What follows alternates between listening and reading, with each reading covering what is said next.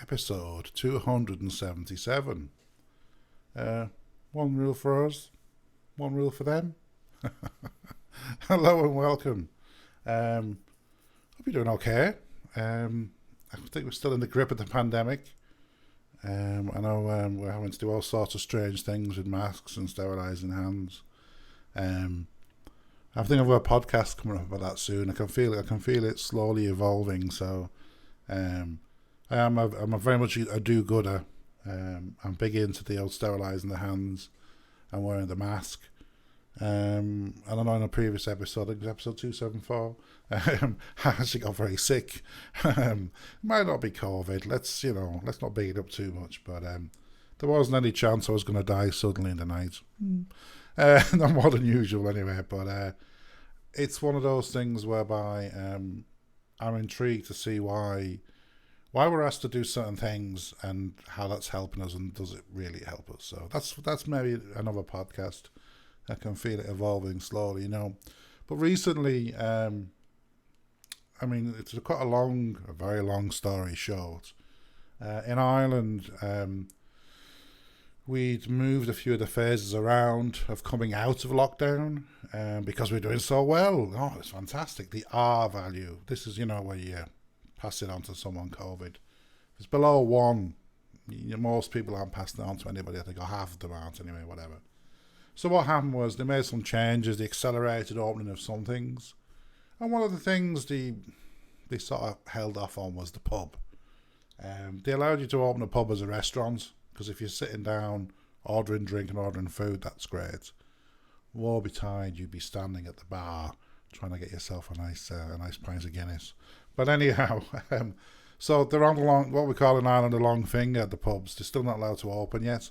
Now, pubs with a food and a restaurant are open, but but real proper pubs that just sell drink and maybe a packet of peanuts, a packet of crisps, or chips as you call it in the US, they're still closed, and it looks like, they've been a bit mealy-mouthed the last few days about when they're going to open, and there's a lot of people depend on pubs, and I think drinking gets a really bad rap in society, and I think that's because people have a habit of focusing on the extremes, the alcoholics, the binge drinkers, most of them, it's awful, carry on. You see a lot in the UK now. But there's another side to it. There's a social side to it, there's a mental side to it, and there's a business side to it, of course, as well. Lots of people are employed in the industry, and there's no doubt that this prolonged, I don't know, how do you run a business when it's shut? I just, it's a disaster. And I'm not, it's for another podcast, but I'm not convinced that the course of actions that have been taken at the moment, supposedly on medical advice, are actually doing anybody any good, But maybe that's for another discussion. But this week was quite important anyway for Ireland, because they were announcing restrictions again, sort of thing, that things aren't going too well, We had a bit of a bad couple of weeks on the COVID front, like a lot of countries now. Poor old New Zealand now, they were doing so well, and Australia had been doing sort of okay, hadn't they? And they're all getting a second peak. I was going to say a second wind, but that's normally a positive thing, isn't it? But so it's a disaster. It's a disaster. So COVID isn't going away. I think we can all agree on that. COVID's going to be around a while. I'm hoping for a vaccine. I'll be one of the first to take it. But I might have already had COVID. But then does it matter now? Maybe if you've had it, you're still not immune. So yes, we're in a situation where this week the Irish government, call it what you will, decided there will be some changes in the restrictions. They relaxed one restriction that they introduced, I think, only a week ago. Was to do with when a restaurant could shut. They had to shut at 11. Woe betide you stay open till 11:30. My God, that's rife with COVID, isn't it? But we had a lot of cases of COVID from around meat factories, and it wasn't clear to me my experience of meat factories. Certainly 20 years ago I worked in hundreds of them, hundreds. And hygiene was always quite a bit an important part. If I was honest, it was a part that annoyed me. You had to wear a white coat. You had to put wellies on, white wellies. You had to put a hairnet on, a snood if you had a beard. And you had to wash your hands. If it was Cook's products, it was even more strict. And you'd use alcohol to sterilise your hands. Bear in mind, I wasn't going near the meat or going near the food, I was working on computer equipment. But that was always quite strict, and I was sort of surprised then when news came last week that there'd been a huge number of coronavirus cases, like clusters around meat factories. I think there's one in Kildare. There was 80 people tested positive, which is a huge number, for Ireland. And but then there was a bit of a backstory. It turns out there's a lot of low-paid workers. I'm not sure if they're migrant workers. I don't want to make an assumption here without knowing all the facts. But my understanding is they had a habit of living in low-cost accommodation, where a lot of them would live together, basically, So they had very close contact, which is rife, isn't it, for COVID? In a very close environment, it spreads very readily.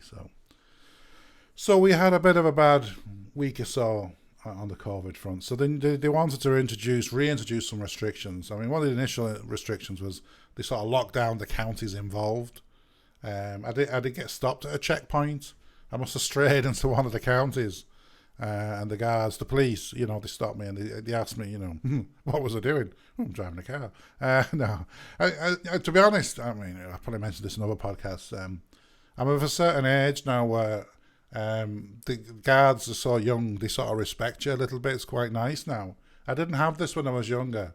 I was always very intimidated by the guards, by the police, and I was always a little bit scared, a bit tense, even when I hadn't done anything, but I'd be like a bit, and I'd be nervous, the voice would be shaking, Whereas now I'm a little bit more, I've not done anything wrong here, I know what I'm doing.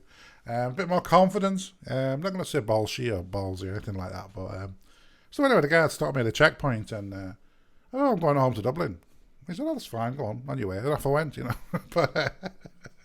But, my experience with guards now are way better than when I was younger. And I did work with a guy who said to me, listen, he said, keep a blazer in the car. I said, what do you mean a blazer in the car? He said, like a blazer. And if you can, wear one of those casual shirts with a collar all the time. I said, what do you mean by that? He said, well, listen, every time you go for a drive, pop the old blazer on. I said, what do you mean by that? That's a bit of a funny thing to be doing, isn't it? So no, because if the police stop you, they treat you completely different than if you've, T-shirt on here, a bit scruffy, And unfortunately, it's true. I mean, it's one of those professions, been in the police, maybe been like a nurse, a doctor, a teacher, I don't know, anybody in a public service, a bus driver, anything like that. You literally have a split second, boom, you look at someone. And you sort of have to make a judgment, don't you? Is this guy a psycho? So I sort of get that now. But no, I don't have a blazer in the car, and I don't. I do wear a shirt occasionally. This isn't a special occasion because I do this all the time. I'm casual, but I did think when I should have made the effort when I do the video part of things, and it's something I need to have a look at. I think maybe smartening myself up. But people treat you differently. There's no doubt, the judging the book by the cover, yeah, still exists. So anyway, there was this cluster of cases of COVID, just when we thought it was all over. Well, I didn't think it was all over. We're all waiting for a vaccine, aren't we? Geez, as soon as it's available, I'll have a bit of that, please, Not the dodgy Russian one, though. But anyhow, so we had a bit of a bad time of it. We'd gone through a phase where we crushed it. Everybody stayed at home, watched Netflix, did a bit of work, didn't go out much, completely maxed out Tesco's home delivery, grocery shopping, so we suppressed it. But then they have to reopen, and then they're expecting a spike, and then they know how big the spike's going to be, and before you know, it's too many now, isn't it, So anyhow, they've reintroduced some restrictions, and for me, they don't mean anything, these restrictions. These restrictions could be nonsense. It could be like a different language because they have no effect on me. But the restrictions around public gatherings and gatherings of people, whether they're outdoors, whether you're in somebody's house, whether you're in church and things like that. And what was critical was around social gatherings in shall we say, a hotel or a restaurant, or how big a table should be, and as a household, if you're a household, there isn't sort of a restriction. If you're all living together, you know what, you can have a table in a restaurant, no problem. But they made an arbitrary decision of around six, I think, a maximum of six people on a table. The gathering itself had a limited number as well. I don't know what that is, depending on where it was, if it was inside or outside. I understand churches, it was very much relaxed with churches in terms of how big the gathering could be. I'm sure your God will protect you from COVID, you know. But they were under a lot of pressure from the church, a few churches anyway, to allow them to have proper services. So we won't go into the church side of things, because I'm sure he or her, the deity that you profess to, is definitely going to look after you now. But what was interesting, anyway, getting back to, I think it was Wednesday, and as you can see on the screen here, the headline, government plunged into turmoil. So one of the agriculture ministers, Fianna Fáil, has resigned. He attended our Reactors Golf Society, a golf event with 80 people in attendance on Wednesday night. This occurred in a place called Clifton. It's the capital of Connemara. It's in the west of Ireland. Comes on the Galway, but it's as I can attest, it's a good way outside of Galway. It's about 60 miles, 100 kilometres outside of Galway. So, lovely. If you ever find yourself in the west of Ireland, I definitely recommend going to Clifton. It's quite a small town. It's lovely, you know, and they've got a hotel. They've a few, Airbnbs and all that sort of stuff. A couple of smaller hotels in the centre of the town, I think. And I suppose the biggest hotel is the Station House Hotel, which is lovely. I think I stayed there once. It's a nice hotel. There used to be a railway line, I don't know, nearly 100 years ago. There was a railway line, I think, from Galway to Clifton. And it's been closed for many, many years.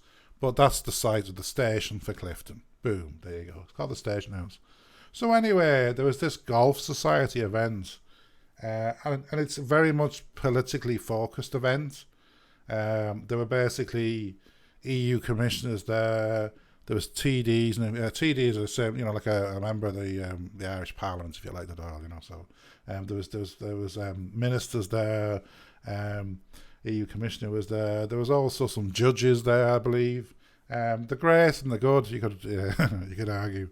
So, and by all accounts, the whole event contravened all the new guidelines on the size of a meeting, how many people at a table. I think it was 10 people per table. I mean, it was all wrong, right? It was like, you shouldn't be doing this, you know? And it's very interesting. So there's been a few resignations, not quite enough. I think the biggest one was the agricultural minister, but there's going to be a few more, I believe, anyway. But it's incredible that, the people that went there, and then, some of them go, oh, and he went there for a quick chat and I left. Okay. But none of them went, this is a really bad idea. You're in the middle of a pandemic when we're on a second, why didn't anybody go, this is a bad idea? And what I think is very interesting is, and I think it was Phil Hogan here, he's tweeted something today. He's EU commissioner, so he's quite an important position in the EU as Phil. And I don't know any of these politicians, by the way, because I'd rather watch paint dry than study them at any great length. I mean, as an aside, the agricultural minister, we've had two, I think, since January, so they do change quite a lot, They do something stupid. I think the previous one, was it Barry Ray-Carron, was it? I think he did some drink driving a few years ago, and maybe didn't get punished as much as he should have done. I don't know. Allegedly. Don't quote me on that. But so he had to resign, and now the current one's had to resign. So agricultural minister now, you could argue, is the kiss of death. If you walk in and you're told, Micheál Martin says, I've got a great role for you there, Jason. Now, agriculture minister, I say, no, thank you, and walk out again. But anyway, the EU Commissioner, Phil Hogan, he's an interesting guy, Phil, because you sort of can see the political, what would you call it? This is like, this is a disaster. This is, what's the technical term? A shit show? No. It's like, oh man, this is becoming a massive, massive problem. So, good old Phil now, he tweeted earlier today. I did manage to see the tweet. It was doing the rounds on Twitter. And he basically, I think he put two comments. I think the first one was he was there in attendance. He did apologise for attending. And the second one was he'd been assured by the hotel that the Irish Hotels Federation had said that it conformed with all the guidelines. Now, I don't know what you call that. Is that passing the buck, is it? Or blaming someone else? I mean, I understand, he's got all his faculties. He can see, he can hear. He knew the guidelines because, everybody knew the guidelines. Had just been announced. And he wandered in there, had a sat down, a chin wag, a couple of drinks maybe. Don't want to say anything that's untrue. I'm just hypothesizing here. And had a great evening, and then went home again. I don't know. He's quite happy not to resign. I think there's one person on Twitter said, "Listen, don't let him resign. He's in the EU. Let's keep him in there. We don't want, But it's awful. Do as I say, but not as I do. So the guards are here investigating if there were alleged breaches of COVID-19 restrictions. I wonder if there were now. Yeah, that's interesting. Good old Leo Varadkar. The event should not have happened. Well, come on, Leo. You're Fine Gael. You're having a go at. You give the hot potato to Pommy Martin now and there. Every time he does anything, you're giving him some stick now. Give him a bit of shtick there for everything he does. Just because Leo's popularity just shot through the roof when we had a pandemic. Before the pandemic, we voted him out, didn't we? Nobody voted for him. And yet now he's like, oh man, he's just slagging off Fina. You know what? They're all away. We didn't vote for these people. They got him by some weird, proportional representation thing. So, and he's slagging him off a lot now. Supreme Court Judge, former Attorney General Seamus Full said he unreservedly apologised for attending a function. Okay. Anyway, but it's the arrogance, I think, for me. Anybody would, if you're a politician, you're a minister, it's high profile. This is not the time to be doing this, You might have your fancy house on an island somewhere off the coast of Ireland. Yeah, go there, go on, go spend your time there, do a bit of Zoom calls and, drink a bit of wine from your wine cellar or whatever, that's fine, But don't do things publicly that you're going to be judged on because, this is totally unacceptable. The rules are there, like idiots, the most, I consider myself quite intelligent. I follow the rules, quite diligent, pay me taxes, Jesus. But I do all that sort of stuff. This makes a mockery of you. This is like some of the most powerful people in the country behaving in a manner which is like, it's disgusting. So I don't like people having to resign, but you're in a position, it's a public office, and the standards that you keep, they've got to be a certain standard. I'm sorry. It's not acceptable for me that you can go, oh yeah, I made a bit of a bad judgment there. I'll just apologise, If life was only that simple, just apologise for things, it'll be okay. So Dara did the right thing now. I'm just worried about this agricultural minister position. Maybe they need to change it because it just seemed like, it's not the place to be, is it? So just scrolling down here, there's nothing really you can glean from this. Oh, he made a big mistake. You're not the only one. There's a good few people made a mistake. But yeah, didn't want to let people down, and I take responsibility for that mistake. Yeah, what about everybody else though? Who's next? That's me on Martin. That's our Taoiseach there now. Yeah, Mr. Personality. I heard he's got a great personality. He's a wonderful person. Never let it be said. And by the way, I have no political affiliations. I just say it like I say it. That's how it is.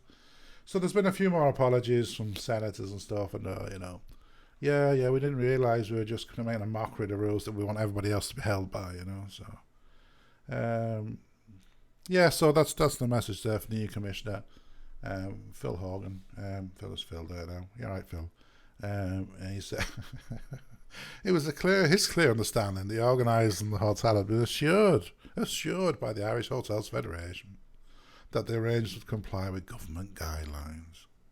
That's great, isn't it? Let's just assume somebody else is looking after it. We don't have to worry about it, But yeah, we'll see. We'll see what happens. All this, it's just so annoying, isn't it? So yes, that's what happened this week. Let's restrict people's, shall we say, meetings and things like that. But let's just behave how we want. So let's hope this is going to be it now. Let's not have any more shenanigans from anybody else. I do apologise if I'm bleeping. I should turn all my devices off. That's how much demand I am. I think that could be my agent. I don't know if you heard, Joe Rogan's got a multi-million dollar contract with Spotify. So that could be my agent now going to say, listen, you know what happened to Joe? Could happen to you.